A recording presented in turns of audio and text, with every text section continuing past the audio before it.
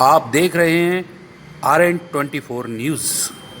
मैं इस समय पे हम मैं इस समय पे भीमनगर में खड़ा हुआ हूँ। यहाँ पे आप देखेंगे कि छठ के निर्माण के लिए यहाँ पहले भी कुंड बना हुआ है। हम स्थानीय जनता से पूछना चाहेंगे कि ये निर्माण किसने कराया और उसमें और आगे क्या निर्माण की क्या भूमिका रहेगी। नाम बताइए अपना। मैं सुशीला विश्वकर्मा, मेरे साथ एक रीता भारती है। हम दोनों ने ये छठ का गुप्ता जी के पास गए थे और शंकर भैया से बोले थे तो ये हमारा जो है हौदा बना, पहले रोड पर बना था, हमारा अब यहाँ बनवा दिए गुप्ता जी ने। हम यहीं छठ करते हैं और यहीं करेंगे। हमारा ये भारतीय जनता पार्टी ने हमें बना करके दिया है।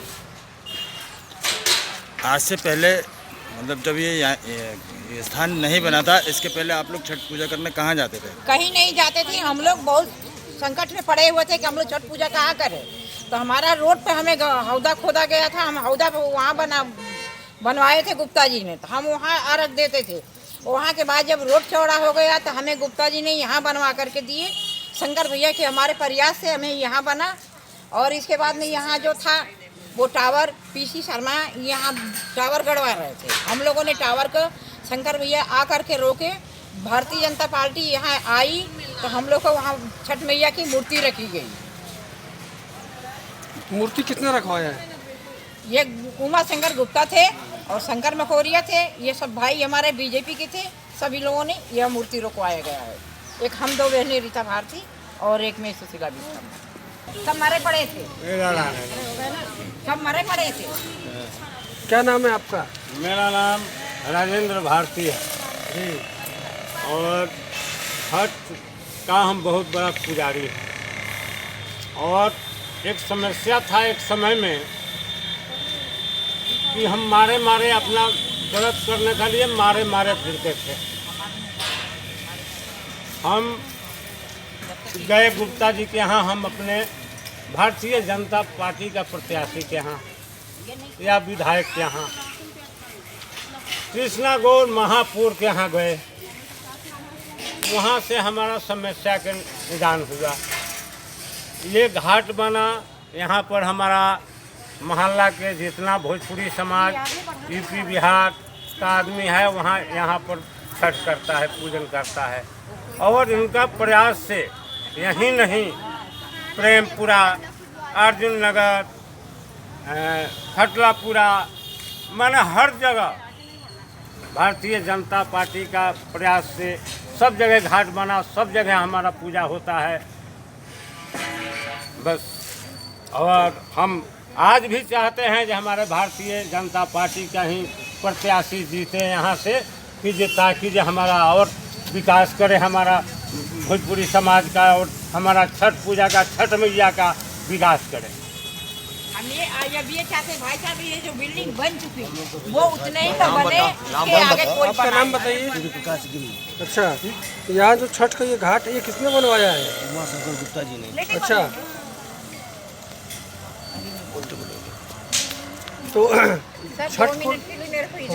छठ के लिए जब भी आप लोग भाजपा के लोगों के पास गए तो उन्होंने मदद किया है? बहुत मदद की। अच्छा, तो क्या कहना चाहेंगे आप भीमनगर के वासियों से? तो भीमनगर के वासियों को यही कहना चाहूँगा कि हमारी सरकार को, भाजपा को बहुमत से वोट यहाँ से जिताना चाहिए। मतलब आप भोजपुरी समाज से आप अपील करना चाहेंगे भारतीय जनता पार्टी को वोट देना है? हाँ, भारतीय जनता पार्टी को वोट देना है, बहुमत से यहाँ पर जिताएंगे। लो, हम ये अब कहना चाह रहे हैं भाई साहब कि यहाँ हम छठ पूजा करते हैं, लेकिन यहाँ ये बिल्डिंग बनी जो है इसमें लेटरिन बाथरूम बन रही है, वो अच्छा लगेगा? बोलो। यहाँ लेटरिन बाथरूम बन रही है, ये अच्छा लगेगा? हम यही छठ का पूजा करेंगे, हमारी महिलाएं यहीं पर आकर के पूजा करेंगे, हम यही लेटरिन बाथरूम में आकर के पूजा करेंगे। ये पीसी शर्मा क्या नाम है? कौन बनवा रही है? ये पीसी शर्मा बनवा रहा है, विधायक वही है ना। बीजेपी की सरकार तो विधायक नहीं है, पीसी शर्मा विधायक है ना। तो यहाँ लेटरिन बाथरूम क्यों खोदा रही है? और जनता को अभी भी गुमराह कर रहे हैं कि हम ये करेंगे वो करेंगे। क्या करोगे यार? 15 महीने की सरकार में क्या किया? 5 साल 6 साल जब चुनाव आता है तो हम दुनिया के कर देंगे, नहीं तो इसके बाद जनता पार्टी तो है ये भारतीय जनता पार्टी। क्या घर तुम लोग? मैं सुनील चौबे, पूर्व संभाग संयोजक, झुग्गी झोपड़ी प्रकोष्ठ, भारतीय जनता पार्टी। मध्य प्रदेश। मैं भोजपुरी समाज से बिलोंग करता हूँ। मैं जन्म से यहीं भोपाल में पला पढ़ा और अपने समाज के बीच में रहा हूँ। मुझे याद है जब हम बच्चे थे तो जब भोपाल में छठ पूजा की बात आती थी, धर के खड़ा है, तो जब बात होती थी तो पूरे समाज के लोग या तो व्यवस्था न होने कारण अपने अपने घरों में पूजा करते थे, गड्ढा खोद करके उसमें जल डाल के माँ गंगा का आह्वान करके छठ मैया का पूजन करते थे, अथवा एकमात्र जगह हुआ करता था वो था खटलापुरा।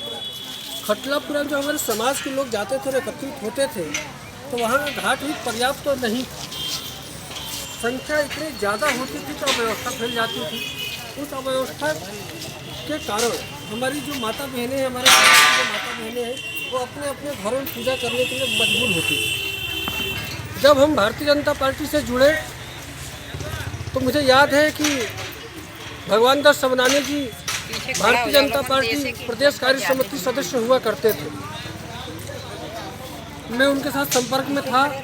मेरे समाज के बाग मुगले क्षेत्र के लोगों ने मुझसे कहा कि आप अपने नेता जी से कहिए कि छठ के घाट का निर्माण करा दें। मैं छठ मैया की सौगंध खा के बोलता हूँ, जो कह रहा हूँ सत्य बोल रहा हूँ।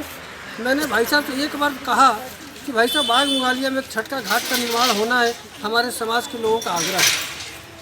उन्होंने ये भी नहीं कहा कि मैं किसी पद पे नहीं हूँ, मैं न पार्षद हूँ, न विधायक हूँ, न मंत्री हूँ, कैसे बनेगा।